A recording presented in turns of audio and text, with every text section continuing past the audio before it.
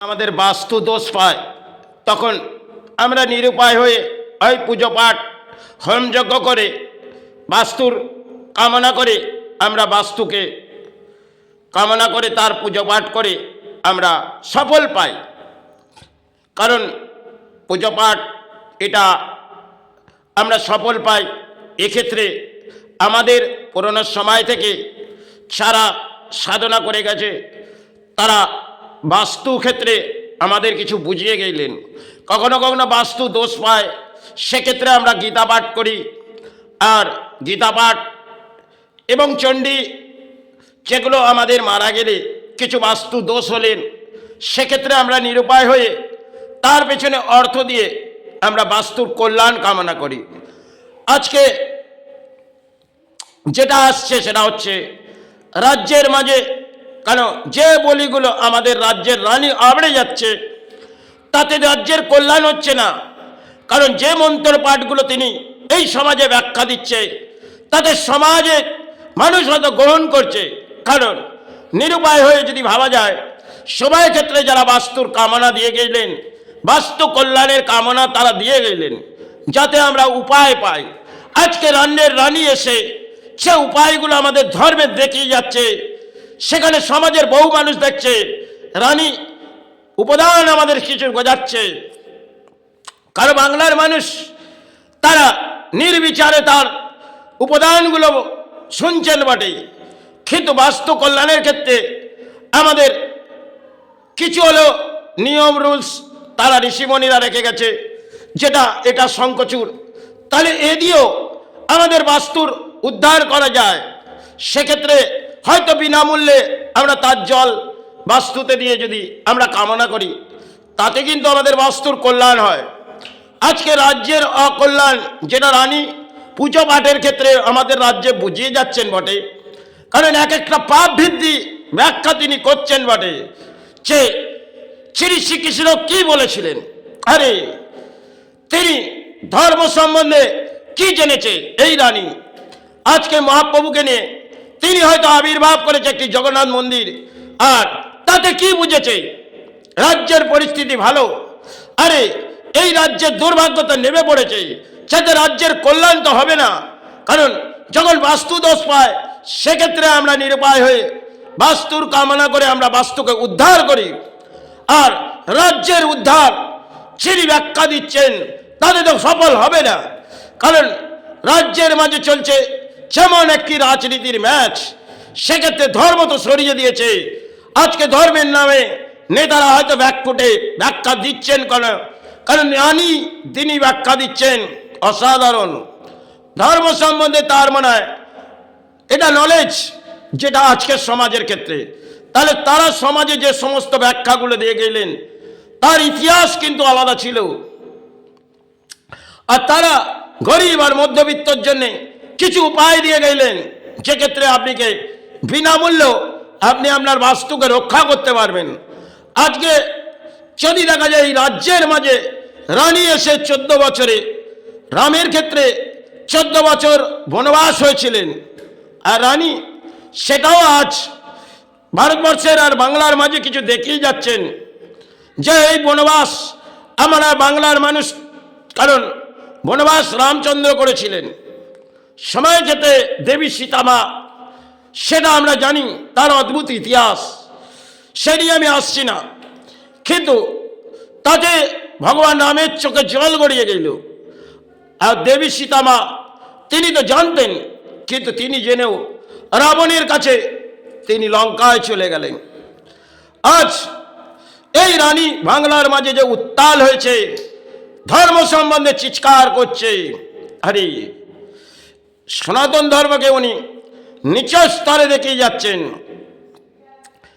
একদিকে কখনো মাথায় ঘোমটা টেনে দিচ্ছে, আর কখনো হয়তো সে ব্যাখ্যাগুলো দিচ্ছে, সে ব্যাখ্যা সমাজের গ্রহণযোগ্য নয়। কারণ সেবা পাঠের ক্ষেত্রে কিছু উপায় আছে, সে উপায় আজকে পুরোহিত হয়তো সেটা ভেঙে পড়েছে। কারণ পূজা পাঠ করে আমরা কখনো আমরা রক্ষা পাই এই পূজা পাঠের ক্ষেত্রে। আমাদের জীবনে যখন গ্রহ দশা আছে, সেটাও হয়তো কেটে যায়। আর জোয়ারে কিছু কেটে যায়, যদি একটি জোয়ারে গিয়ে নিজের কিছু কামনা জানিয়ে জোয়ারে ভাসিয়ে দিই, তাহলে জোয়ার থেকে আমরা নিরুপায় অর্থ না লাগে উদ্ধার হয়ে যাব।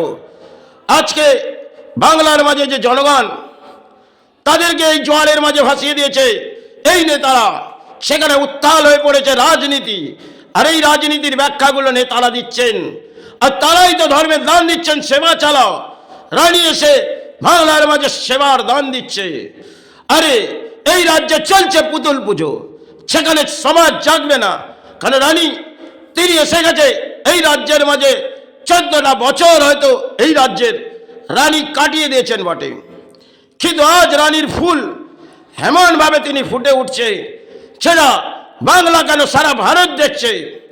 এই নতুন কিছু ইতিহাস, রানী সময়ের ক্ষেত্রে কিছু হয়তো বই লিখেছিলেন, তার যোগ্যতা ভারতবর্ষের কেন বিশ্ব ব্রহ্মাণ্ডের মাঝে হয়তো তার যোগ্যতা পেয়েছিলেন, কেন তিনি রানী ছিলেন। যে রানী আজকে বাংলার মাঝে এসে এই ধর্ম সম্বন্ধে শিক্ষা অর্জন দিচ্ছে, আর সেক্ষেত্রে তিনি হয়তো একটি মেডেল পুরস্কার পেয়েছে, কারণ রবীন্দ্রনাথ সে পুরস্কার পায়নি। আজকে রানী এসে সে হয়তো কিছু বই লিখে এই রাজ্য থেকে বিদেশের পুরস্কার পেয়েছেন, তাই রানীকে সম্মান করেছেন। আজকে বাংলার দোষ যেটা রানী যে মন্ত্রগুলো উচ্চারণ করছে, সেখানে বাংলা পবিত্র কেন অপবিত্র ভূমি হয়ে গেছে। এখানে বাংলা তো জাগবে না, কারণ বাংলার মাঝে ধর্ম পড়ে গেছে ঘুমিয়ে দাও। কারণ যেখানে সেবায় দান দেওয়া হবে সেখানে মা জেগে উঠবে, এই তো বাংলা। কারণ যেখানে রানীর আশেপাশে কালীঘাট স্থান, সেটা একটি সতীপীঠ, আর সেই সতীপীঠে চলছে একটা বড় অংশের অর্থের খেলা। আর রানী সেখানেও কিছু দান পায়, আর রানী তো রাজ্যের মাঝে বহু দান দেখিয়ে যাচ্ছে। একের পর এক প্রকল্প রানী হয়তো বাস্তবায়িত দেখিয়েছে, কিন্তু যদি ভাবা যায় করোনা কাল আমাদের কিছু বুঝিয়ে গেছে। একটি মুখোশ বুকের মধ্যে বেঁধে দিয়ে গেলেন, কারণ একটি প্রকৃতির মধ্যে জাম ছড়িয়ে গেলেন। করোনা একটি জাম, যে ক্ষেত্রে মানুষ একে অপর দূরত্ব সরে যাবে করোনার ক্ষেত্রে, সেক্ষেত্রে করোনা অ্যাট এ টাইম কিছু বুঝিয়ে গেলেন। আজ রানী হয়তো সে গায়ত্রী মন্ত্রগুলো তিনি হয়তো এই সমাজে উচ্চারণ করছেন বটে, কিন্তু আমি কিতাব সমাজ নয়, কিন্তু এই মন্ত্র উচ্চারণ না কোনো বইয়ে আছে, ধর্মীয় বইয়ে কোনো এই উল্লেখ নেই। আজ সেই রানী এসে অসাধারণ ব্যাখ্যা বাংলার মাঝে ব্যাখ্যা দিচ্ছেন বটে, কিন্তু জনগণ সেটাকে গ্রহণ করছে। ধর্মীয় যদি আপনি করে থাকেন তাহলে এ ব্যাখ্যা গ্রহণ করেন নয়, কারণ এখানে ধর্মের মাঝে একটি হিংসা বৃদ্ধির বীজ ছড়িয়ে যাচ্ছেন এই রানী। আর এই বাংলা যেটা হয়তো যদি আজকে শুভ সকাল গড়িয়ে গেছে, ভালো দুপুর কেটে গেছে, কিন্তু এই যেটা দিয়ে আমাদের বাস্তু কল্যাণ করা যায়, সেক্ষেত্রে যদি আমি নিরুপায় হয়ে তার জল ছড়াই, তাহলে এই ভূমি উদ্ধার হবে না। কারণ বাস্তু হয়তো রক্ষা হতে পারে, কিন্তু বাংলা উদ্ধার হবে না, কারণ বাংলায় যজ্ঞ করে কিছু ঘটবে না। কারণ বীজ মন্ত্রগুলো বাংলায় পুরোই তো হারিয়ে ফেলেছে, আর রানী এসে কিছু হারিয়ে দিয়ে যাচ্ছে। অপূর্ব হয়তো নীলা একটা রানী এসে রাজ্যের মাঝে করছে। তাই বাংলা সময়ের ক্ষেত্রে কিছু ছিল, আজ কিছু এসেছে। এই রানী এসে চার পুরনো ইতিহাস বহু সাধক রেখে গেলেন, আর রানী এসে সব চুর চুর করে দিয়েছে। আজকে হয়তো বাস্তু কল্যাণের ক্ষেত্রে আমরা আজও কিছু উপায় করে খুঁজি, কিন্তু রাজ্যে উন্নয়ন যেটা আমাদের রাজ্যে নেই, আর এই রাজ্য জাগবে না। আর এই রাজ্য দিয়ে দোষ যেটা রাজ্যের মাঝে একটি দোষ হয়তো বয়ে গেছে, কারণ পবিত্র মন এই রাজ্যের নেতাদের অপবিত্র মন। আর সেক্ষেত্রে রাজ্য তো জাগবে না, তাতে মহামৃত্যুঞ্জয় গেল, কোনো যজ্ঞ করে মিটুল মিলা গেল, কোনো যজ্ঞ করে এই রাজ্য জাগবে না। রাজ্যের মানুষ উৎপাত হয়েছে। আর সময়ের ক্ষেত্রে হয়তো আমাদের সাধকরা একটি পানি সংকট, তা থেকেও কিছু সেবা করে আমাদের বুঝিয়ে দিয়ে গেলেন, সেগুলো আপনাদের করণীয় জীবনে কাজে লাগবে। কারণ অর্থ না লাগলেও আপনার বাস্তু রক্ষা করতে পারবেন।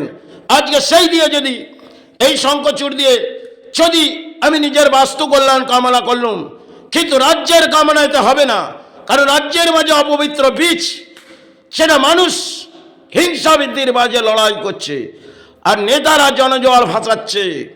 কারণ এক্ষেত্রে অ্যাট এ টাইম হয়তো কলির একটি খেলা হয়তো অদ্ভুত চলছে বটে, কিন্তু রাজ্যের মাঝে চলছে এক বড় অংশের খেলা। সেখানে রাজ্য জাগবে না, রাজ্য ঘুমিয়ে পড়েছে, রাজ্যের নেতারা উন্মাদ হয়েছে। তাতে কোনো যোগ্য করেও এই সমাজকে কাটানো যাবে না, কারণ সমাজের মানুষ হয়তো রানীর খেলার মাঝে যুক্ত হচ্ছেন বটে, কিন্তু ঢল লাভছে বটে, কিন্তু কোনো কল্যাণ এই রাজ্যের মাঝে হবে না, কারণ ধর্ম তারা সরিয়ে দিয়েছে। আর ধর্মের মাঝে এসে গেছে নেতা, তারাই পরম ভক্ত এসে গেছে, তারা ধর্ম জাগাবে।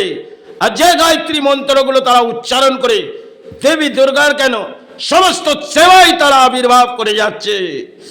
এখন দেবী দুর্গা যে থেকে সেবায় দান দিচ্ছে, বাংলা তলানিতে চলে গেছে, এই বাংলা জাগবে না।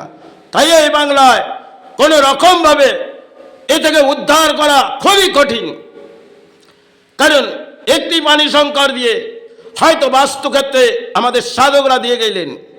আজকে রাজ্যের যে পরিস্থিতি ভেঙে গেছে, আর যার যে অকল্যাণ, সেটা বুলিগুলো রানী আবড়ে যাচ্ছে, তাতে রাজ্য জাগবে না। আর রাজ্যের মধ্যে মহামৃত্যুঞ্জয় কেন, মিঠুন মেলা কেন, কোনো যজ্ঞ করে এই রাজ্য জাগবে না।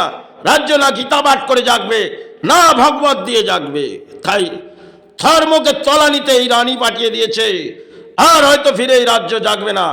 রাজ্যে হিংসা বৃদ্ধির মাঝে লড়াই চলছে, করে যাও ধর্ম নিয়ে হিংসা বৃদ্ধির লড়াই, তাতে ধর্ম জাগবে না। কারণ সনাতন ধর্ম একটা শ্রেষ্ঠ, তাকে নিয়ে এই বাংলার নেতারা যে উৎপাত হয়ে পড়েছে, তাতে রাজ্যের পরিস্থিতি অত্যন্ত ভয়ঙ্কর হয়তো আসতে চলেছে। জয় গুরু, জয় মাই।